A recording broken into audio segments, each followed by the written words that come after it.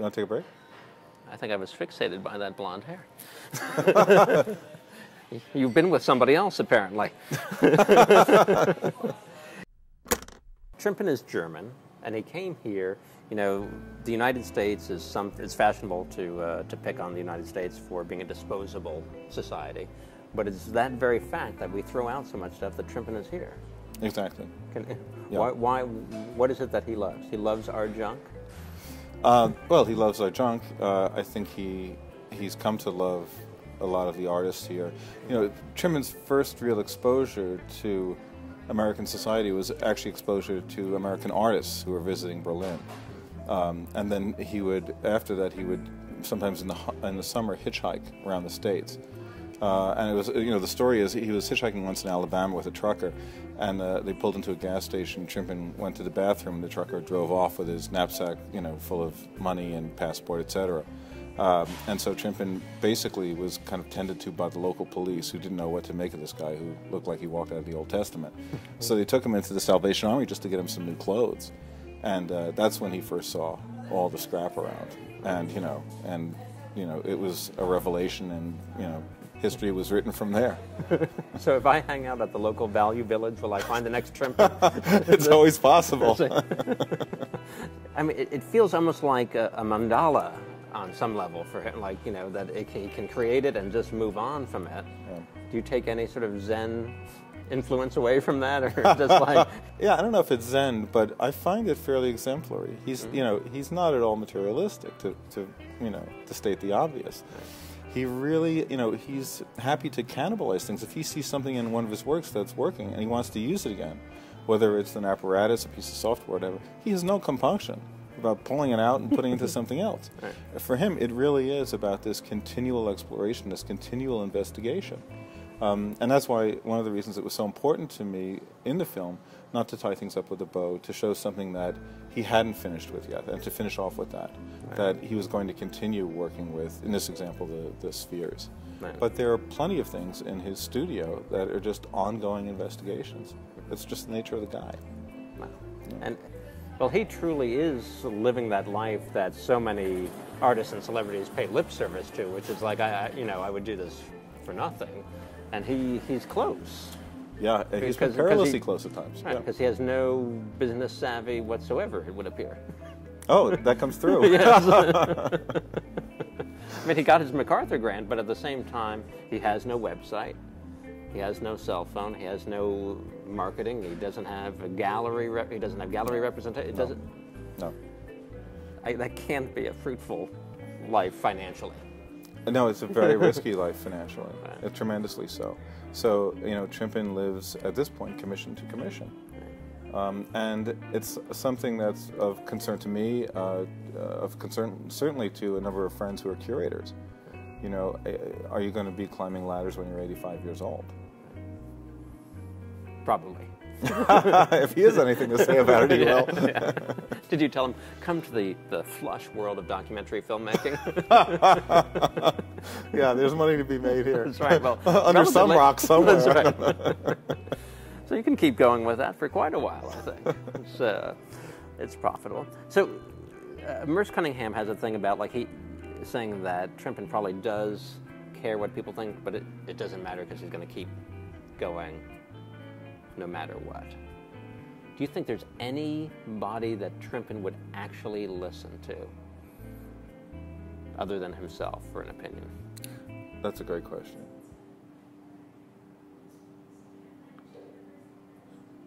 No. No? No, I can't think of one. Really? I can't think of one. You know, I asked that question to his assistants, and it was like, knowing their field, they would suggest easier ways to do things. And Trim would be like, oh, yeah, I see, and then keep on going with his way. Mm-hmm. Certainly Nankar was an influence, but Trimpin really didn't view Nankar as a mentor. It was more a colleagueship. And they very much each had their own ways of working. But no, Trimpin is so much of his own person. I can't imagine him looking at another artist, even one he admired, and taking advice, because he's just hell-bent for leather on his own investigations, and only he can determine what the parameters of those are going to be. God, he must have driven his parents nuts, you know. I think what he does is just magical. He is an inventor. He's a musician. He's a scientist. It's almost like you can't categorize him. We think of it as art, but he's just kind of doing whatever his crazy mind comes up with. He's kind of amusing himself. Boing. Trimpin has that childlike love of sound and music and instruments and the unknown. His studio is like a jewel box, and it's almost as though you have walked into Trimpin's brain. I look at the things he does, and I can't fathom how he figures out how to do them. Genius. Sure, Trimpin's a genius. That word was invented for him.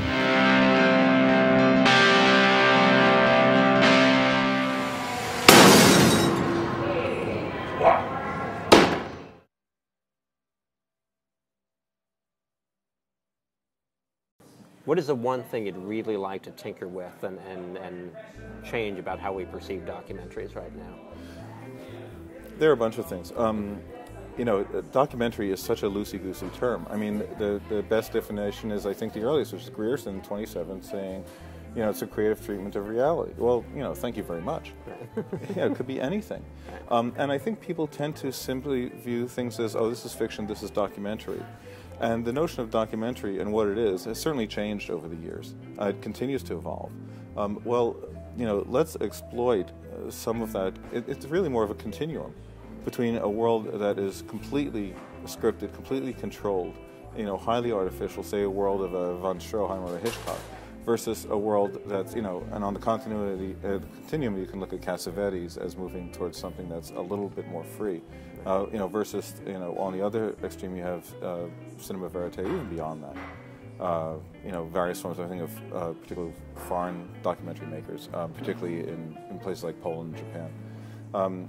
But there's a wide continuum to exploit here and to take advantage of. And I think we tend to categorize things. Oh, this is cinema verite. Oh, this is talking heads. Oh, this is, you know, well, okay. You know, just as the relationship between individuals is, you know, has any kind of breadth you can imagine, so should the aesthetic relationship. You know, because essentially what we're talking about doing some kind of documentation of you know, usually kind of human dynamism. And that is subject, you know, filmmakers, audience members.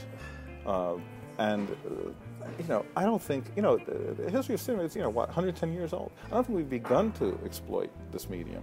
And we keep on getting hampered, here I'm on my soapbox, but we keep on getting hampered by commercial concerns, by dumbing it down to the lowest common denominators. And I think it's a very difficult thing in this culture. You know, let's get beyond it. You know, we have the technical means now.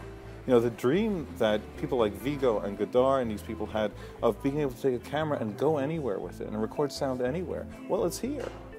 Okay, what's stopping us from taking this further? You know, these petty considerations of oh, I'm not going to be a player, or oh, I'm not going to have a place in the industry. Come on. There wasn't a place for you to begin with. That's right. I'm just wising up now, right? That's right. Just let that go.